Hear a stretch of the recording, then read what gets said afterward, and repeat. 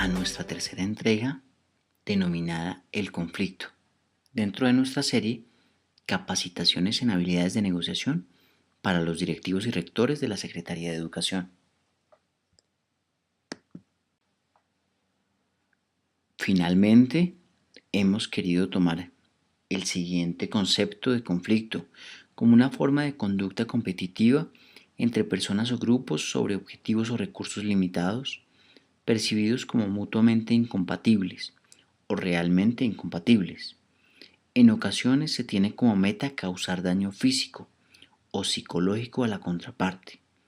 Un adecuado manejo del conflicto promueve la comunicación y cambios positivos en las partes. La razón de que hayamos tomado esta definición es siguiendo con la línea de nuestra segunda entrega, la inteligencia emocional.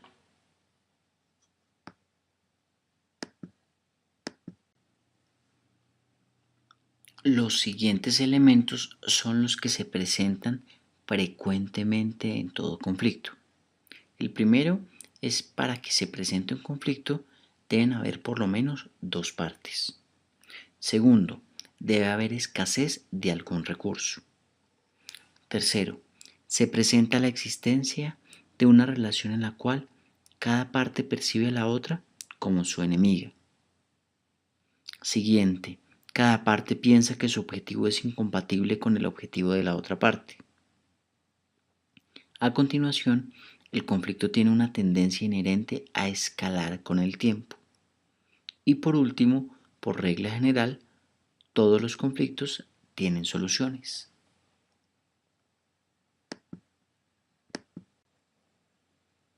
Según la pluralidad de sujetos, los conflictos pueden ser intrapersonales o interpersonales.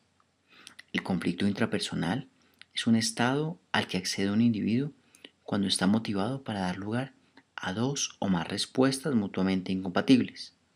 Involucra a un individuo con su problema. El conflicto interpersonal se presenta cuando involucra a varias partes. Según los contrarios, los conflictos pueden ser entre iguales y conflictos jerárquicos. Entre iguales, las partes en conflicto se encuentran en el mismo nivel, por ejemplo, de vecino a vecino, de hermano a hermano, de competidor a competidor.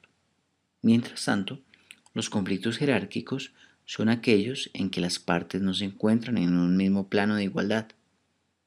Ejemplo, subordinado contra superior, o padre e hijo, por ejemplo.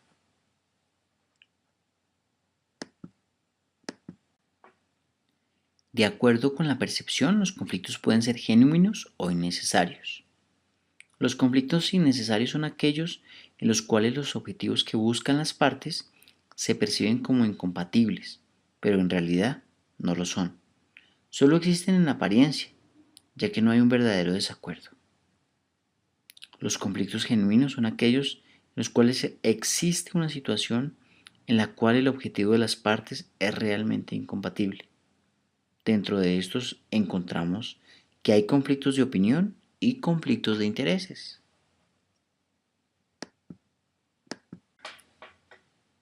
De acuerdo con la percepción, también encontramos los conflictos manifiestos o latentes.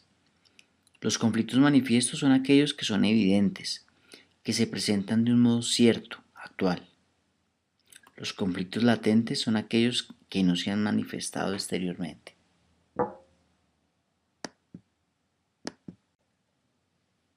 De acuerdo con la intensidad, los conflictos se pueden clasificar en tres niveles: roces, choques y crisis.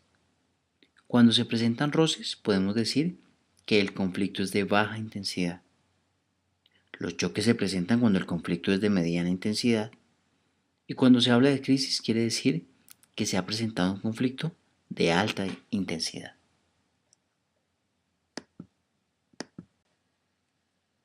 Una vez visto el concepto del conflicto, sus elementos y clases, consideramos adecuado para el objeto de nuestro estudio buscar una forma por medio del cual logremos analizar y entender el problema, ya que pensamos que para avanzar en una negociación debemos tener un gran conocimiento del conflicto.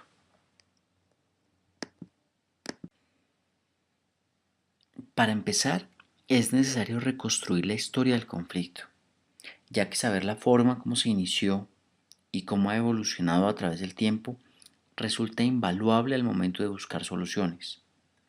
La historia del conflicto en su dinámica propia, en su evolución. Con esto logramos entender cosas como cuál ha sido su dimensión, su desarrollo en el tiempo, qué avances y retrocesos ha tenido, cuáles han sido sus conquistas y cuáles sus pérdidas, si se ha presentado la salida o ingreso de actores y en qué forma se ha afectado, si se han tomado decisiones y cuál ha sido su incidencia.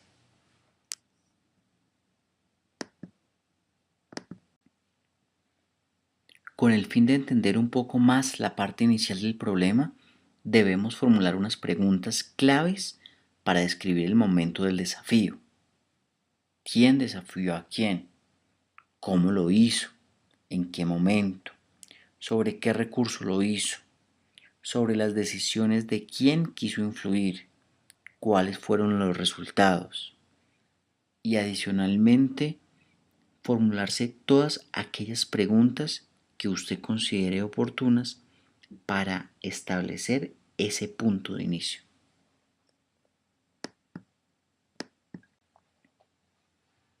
Luego de determinar las personas involucradas, debemos entrar a averiguar cuál es la percepción del problema que tienen los actores, cómo describen el problema, en qué forma les ha afectado, cuáles son sus sentimientos al respecto y cuál es el nivel de intensidad, cuáles son las posturas que tienen y cuáles son las diferencias de percepción.